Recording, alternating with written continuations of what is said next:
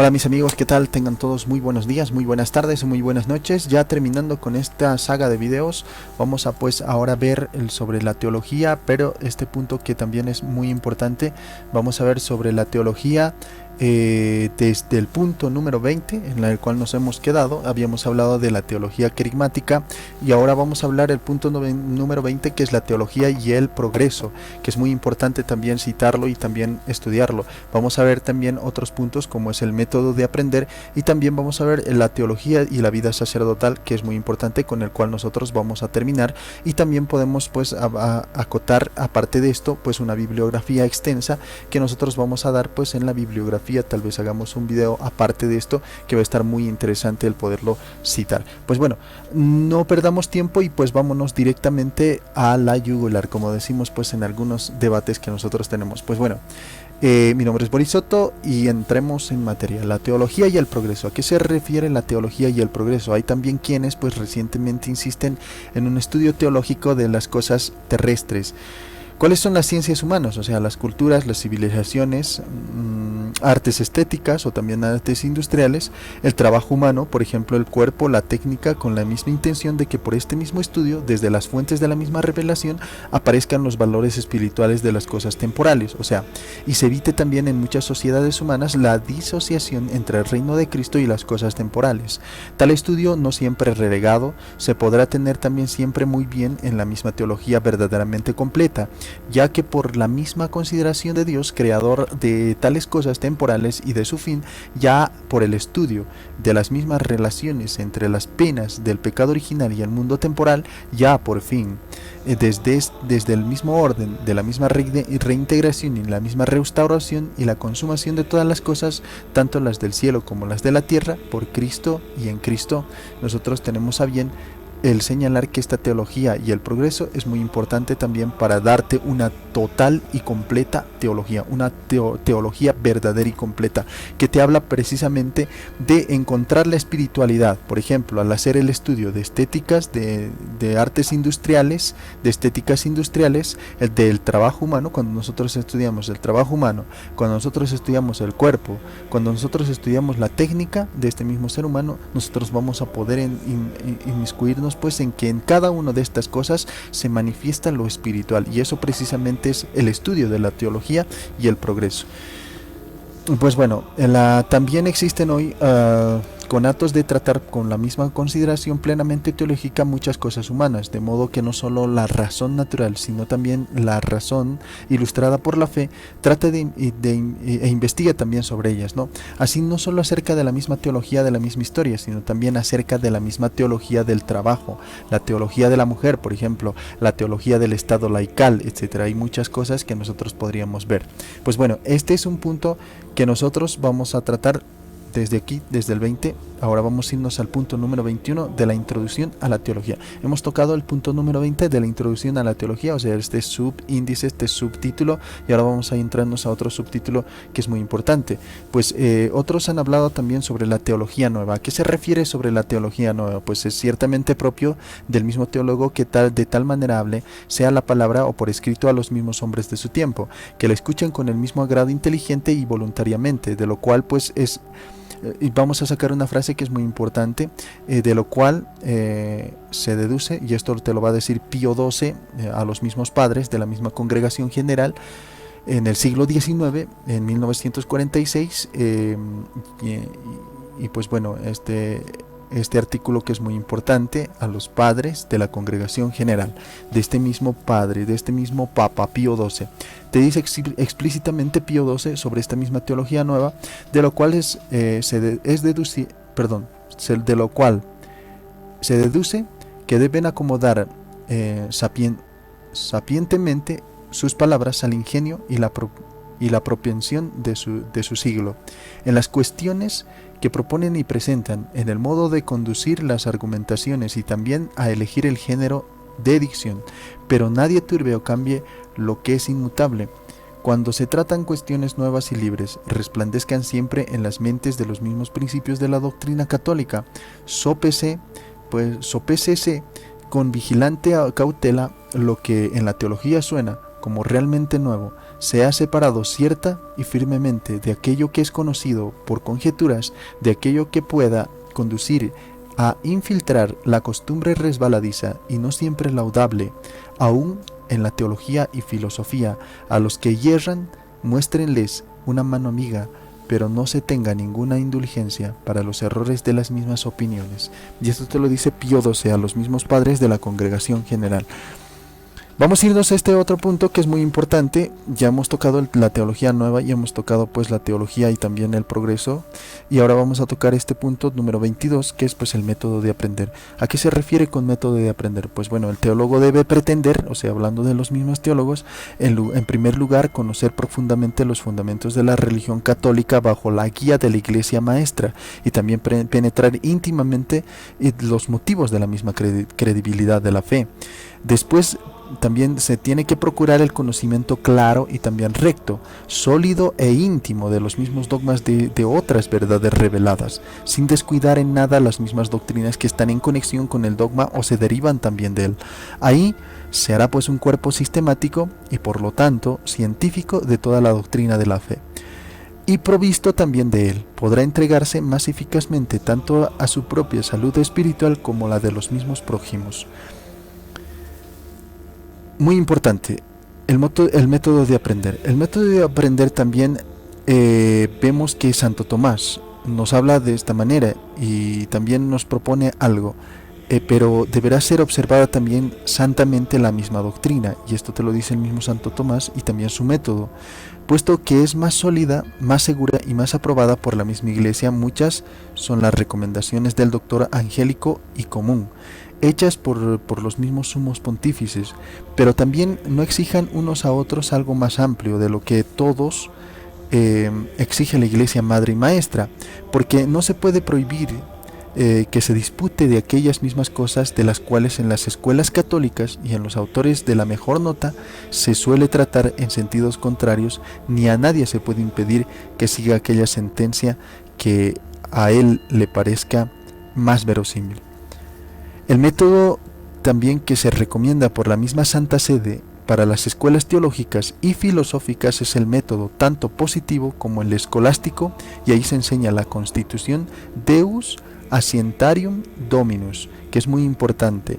El método para las escuelas teológicas son el método positivo, el método escolástico, y también ahí en esos mismos métodos, en esas mismas escuelas, encontramos de que se enseña la constitución Deus Ascientarium Dominus.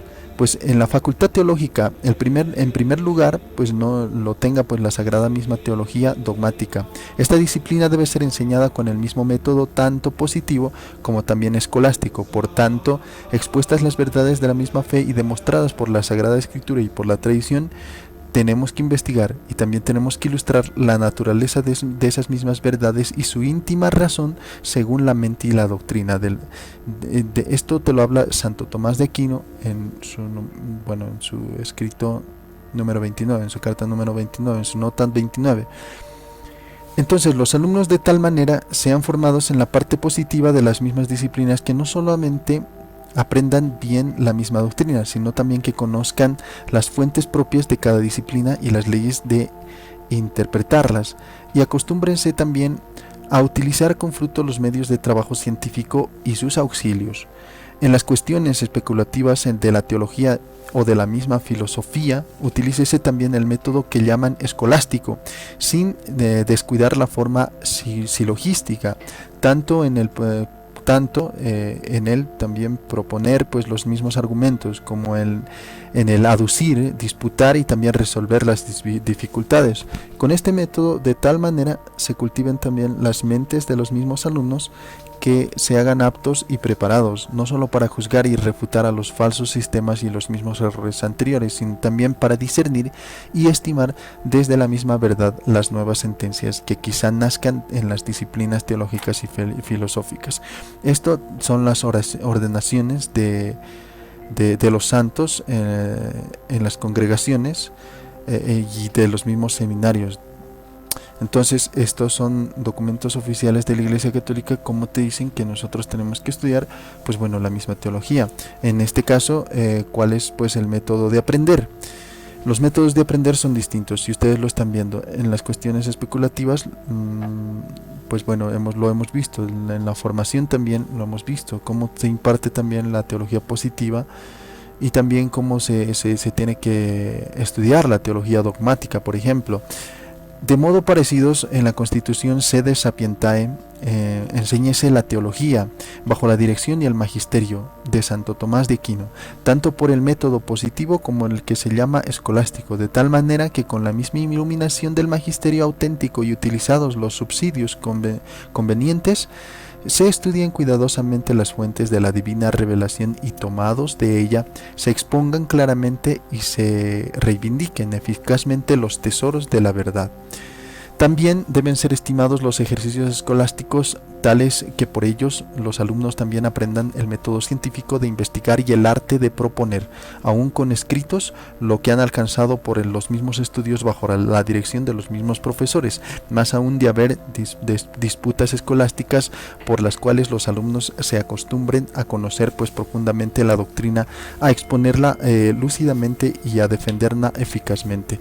Toda la antigüedad clama con una sola voz para recomendar pues estos mismos ejercicios, porque siempre han sido tenidos en un gran aspecto por los mismos antiguos para ser profundos y sólidos teólogos. Basta aducir el celebérrimo pues Juan Maldonado, profesor de la Universidad de París, pensando así de ellos y recomendando en diversas formas de los mismos.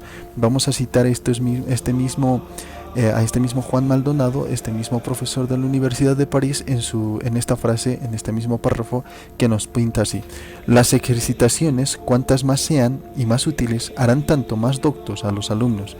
Parece que son necesarias 7. La primera es que acabada la preelección y aún reciente, la recitan en la misma clase o en otro sitio, hasta que entiendan rectamente todas las cosas y las impriman en la memoria. Segundo aspecto, a otra hora del mismo día repitan otra vez y disputen sobre ello, en la clase o en otro sitio, estando presente el preceptor. Tercero, el sábado o en los días de fiesta, disputen en la clase o en otro sitio durante 2 horas, prescindiendo al receptor. Cuarto, cada mes tengan disputaciones más célebres durante mediodía, en que no solo disputen los discípulos, sino también los preceptores. Quinto, cada año, antes de la misma renovación general de los estudios, sostengan disputas durante 1 o 2 días con la máxima celeridad que se pueda. Sexto, alguna vez tengan preelecciones privadamente en casa sobre esas cosas, para que poco a poco se formen preceptores. Séptimo, traten por escrito alguna cuestión y muéstrense al preceptor para que la corrija. Si se trata de la misma teología, con este método prudentemente acomodado, adquiríamos pues solidez y un raciocinio exacto, más que una apariencia o indigesta abundancia de erudición. La teología y la vida sacerdotal. Y con esto terminamos este punto número 26, que es la teología y la vida sacerdotal, que va a estar pues ya para terminar este mismo video. Vamos a citar pues bastantes puntos, pero pues dentro de este punto, dentro de este subtítulo, que es la teología y la vida sacerdotal. Bueno, consta por clara y frecuente la doctrina de la Iglesia que la teología es necesaria para el ministerio sacerdotal, así en la misma encíclica Ad Catholici Sacerdoti, donde se nos presenta también el recuerdo elocuentísimo de Malaquías 2.7 o capítulo 2, versículo 7, los labios del sacerdote custodiarán la ciencia y se buscará la ley de su boca. Y también en la liturgia de la misma ordenación se desea que los mismos nuevos presbíteros sean maduros en la ciencia y su doctrina sea medicina espiritual para el mismo pueblo de Dios, y meditando también día y noche en la misma ley divina, creen lo que leen, enseñen lo que han creído, imiten lo que enseñan. Pablo apóstol recomendaba al mismo Timoteo que atendiese así y a la doctrina, y que instando en estas cosas, se salvase a sí mismo y a los demás. Y esto lo podemos ver en 1 Timoteo capítulo 4 versículo 16. También para la misma vida espiritual de la misma oración de los mismos sacerdotes, la teología es ante todo necesaria, porque erraría quien juzgase que descuidadamente los estudios antes del mismo sacerdocio o dejados después, y piense que despojados de él, de aquel abundante conocimiento de Dios y de los mismos misterios de la misma iglesia, de los mismos misterios de la misma fe, se adquiere también las doctrinas sagradas, y podrán fácilmente elevarse a las mismas alturas y ser también llevados e introducidos a la misma interior unión con Dios. Y la misma iglesia condenó, a menos que, como cosa tendenciosa, en la proposición de Miguel de Molinos, que era el mismo teólogo, tiene una disposición menor que el hombre rudo para el mismo estado contemplativo. Lo encontramos en el Dessinger 1284. Otro punto que es muy importante, al menos pues se obtendrán pues ciertamente estos mismos beneficios si, como se advierte y como advierte también San Bernardo, se entrega pues con la debida intención a los mismos estudios, como te dice explícitamente San Bernardo, porque hay quienes quieren saber con el único fin de saber, y es una torpe curiosidad, y hay quienes quieren saber para ser ellos mismos conocidos, y es una torpe vanidad, y hay quienes también quieren saber para vender su ciencia, por ejemplo, por dinero, por honores, y es una torpe ganancia. Pero hay quienes quieren saber para edificar, y esto es caridad, y aún hay quienes quieren saber para ser ellos edificados, y esto es prudencia. Pues bueno, a lo cual ayuda a acomodar también con la debida proporción las palabras de San Buenaventura, que dice: así pues, invito al primer lugar al lector y el gemido de la misma oración de Cristo crucificado, por cuya sangre somos purificados de las inmundicias de los vicios. No crea quizás que le sea suficiente la lectura sin unción, la especulación sin devoción, la investigación sin admiración, la circunspección sin exultación, la industria sin piedad, la ciencia sin caridad, la inteligencia sin humildad, el estudio sin la gracia divina, la observación sin la sabiduría inspirada por Dios. A los prevenidos con la misma divina gracia, a los humildes y piadosos, a los compungidos y devotos, a los ungidos con óleo de alegría y a los amadores de la misma divina sabiduría e inflamados por su deseo, y a los que quieren vacar la misma magnificar, y también para magnificar a Dios, admirándole y gustando de él. Les propongo las observaciones referidas, insinuando que es poco a nada el espejo propuesto exteriormente, a no ser que el espejo de nuestra misma mente esté terso y pulido. Te lo dice San Buenaventura, estas mismas palabras que son tan puntuales para que nosotros podamos estudiar, conocer, aprender la misma teología, no por vanidad, no por presunción, sino para ser edificados, para edificar nosotros a aquellos, y esto vendría a ser caridad, y para también ser edificados, y esto sería totalmente prudencia, caridad y prudencia. Por eso nosotros también estudiamos la teología. Pues bueno, así sucederá pues que el teólogo no solamente posee la ciencia teológica, sino que también venga a la sabiduría, y esto no solo en el sentido aristotélico, que tenga el conocimiento de las cosas por las últimas causas, es decir, por la primera causa, Dios, sino también en el sentido de que tenga un conocimiento de la sapiencia, o sea, gustoso de las mismas cosas divinas. Así puede concebirse también el oficio del teólogo, semejante al que Cristo enunció pues a sus mismos discípulos al estar para ascender al mismo cielo, ser testigo del mismo Señor Jesucristo en la patria y en las mismas religiones limítrofes hasta el fin de la tierra. Es decir, como en el próximo tratado hablaremos pues de la misma teología apologética, que es muy importante, será propio del mismo teólogo conocer todos los argumentos que comprueban lúcidamente la alegación del mismo Señor Jesucristo y su mesianidad y divinidad, para que se pueda proponer con palabra eficaz a los rudos y a los sabios, y no solo de este mismo testimonio puramente científico por Cristo, el cual conmueve mucho ciertamente al pueblo cuando se sabe que los hombres eruditos creen, sino que con gusto espiritual y una misma experiencia interna de las cosas teológicas, y con la misma vida intente el mismo teólogo ser el mismo testigo vericísimo de Cristo, casi como testigo ocular y auricular, es decir, analógicamente a los dichos del mismo San Pedro y también de San Juan, cuando te dicen: oh, hemos dado a conocer el poder y la presencia de nuestro Señor Jesucristo, no siguiendo fábulas ingeniosas, sino tras haber visto su majestad.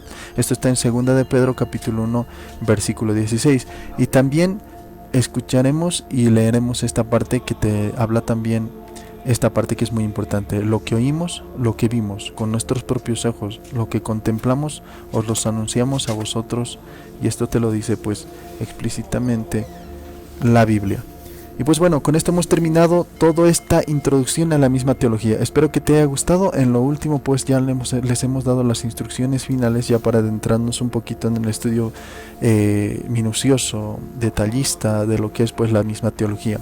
Recordemos que dejemos atrás todos esos mismos espíritus, o mejor dicho, esas mismas ganas, ese mismo, ¿qué te digo? Esos mismos impulsos que nosotros tenemos para pues tratar o querer pues saber para pelear, o saber para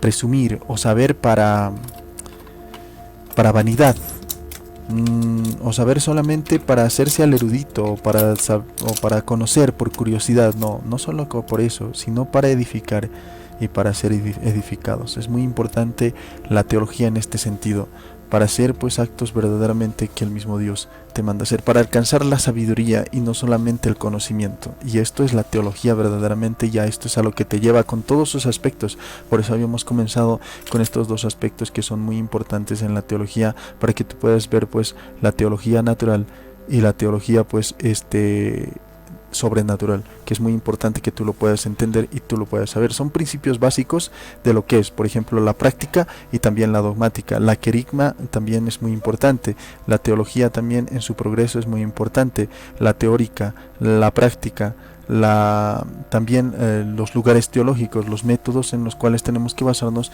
para poder pues ascender a una verdad excelente, o sea, sin poder tener pues aquellas mismas aristas o esas mismas fisuras dentro de nuestras propuestas teológicas. Pues bueno, nos encontramos en otra transmisión y espero que les haya gustado. Esto ha sido la introducción a la teología. Espero que lo tengan a bien y lo puedan pues disfrutar, como también yo lo he disfrutado al poder enseñarles un poquito de lo que es los principios de la teología, la introducción a la teología, cómo nosotros nos adentramos con estos conceptos generales, con estos conceptos que son totalmente básicos dentro de la misma teología. Traten de memorizarse, por ejemplo, lo que nosotros decimos, los argumentos, las frases, el tecnicismo en cuanto a lo que es pues esas frases técnicas que nosotros decimos. Entonces es muy importante, trátense de memorizar estas frases, trátense de memorizar pues estas consignas, y pues hasta un nuevo encuentro, que pues vamos a estar adentrándonos a la teología, pero ya hemos terminado con lo que es la introducción a la teología. Y recordemos otra cosa, y con esto voy a terminar porque es muy importante sigue pues a conocer que la teología no puede ser protestante, no puede ser sectaria, no puede ser separatista, no puede ser pentecostal, ni ninguna de esas mismas sectas, ni de antes ni de ahora. Solamente la teología es la ciencia de Dios, pero es la ciencia de la Iglesia Católica, porque Dios así lo quiso. Pues bueno, nos encontramos en otra transmisión. Muchas gracias, chao chao. Mi nombre es Boris Soto y esto ha sido todo por hoy. Y este video pues es el video final de la introducción a la teología.